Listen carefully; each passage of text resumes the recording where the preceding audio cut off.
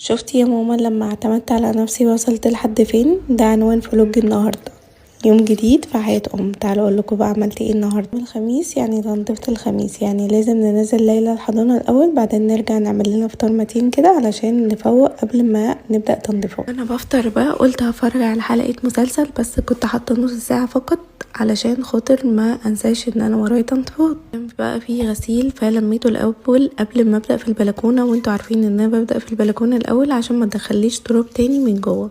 اديتها بقى شاور كده متين من كل حته. ويا جماعه انا عندي مزراب في البلكونه اللي هي الماسوره دي اللي بتنزل الميه على تحت على طول، اللي بتقعد تكتب لي الميه والجيران. انا ما عنديش اي بلكونات تحتي خالص فبدلق ميه براحتي. البلكونه بقت فله، دخلت بقى قلت انا هشيل الستاره عشان بجد الستاره كان لونها اوف وايت، هو اصلا المفروض لونها ابيض، بقت لونها اوف وايت من كتر التراب. فقلت لا هي خلاص كده جابت اخرها، انا هدخلها الغساله دلوقتي. لما اخلص التنظيف هتكون الغساله خلصت وانشرها على طول. طبعا انا كنت منظفه معاكم الركن امبارح تنظيفه عميقه، فكان فاضل بس ان انا اشيل التراب من على الشبابيك وعملت كده. المهم بقى المندوب كلمني فنزلت استلمت اوردر، والاوردر ده هجربه واقول لكم رايي فيه. المهم ان انا بقالي فتره مش راضيه عن شكل السجاده بتاعه الليفنج خالص، لانها كانت واصله لاسوأ حالاتها، كلها بقع في كل حته، وكمان مطربه جدا، يعني لون التراب باين عليها. كل شويه اقول هوديها المغسله وانسى، فقلت لا خلاص ده الوقت اللي انا المفروض اغسلها فيه. فلميتها كده على المطبخ على طول وقعدت ادعك فيها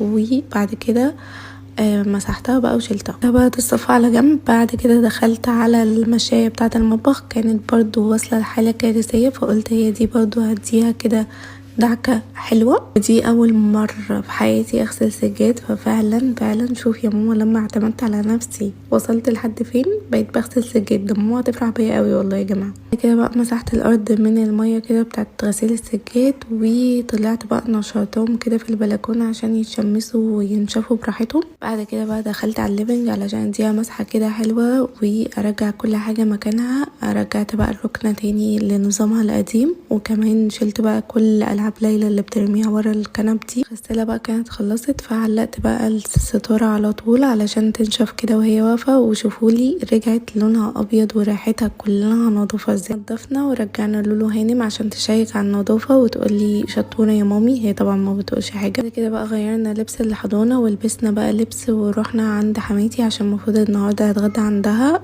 اتغدينا بقى الحمد لله. بعد كده رجعت البيت، حطيت غسيل ونشرته قبل ما انام وشربت كوباية شاي وبس كده. خلاص تصبحوا على خير.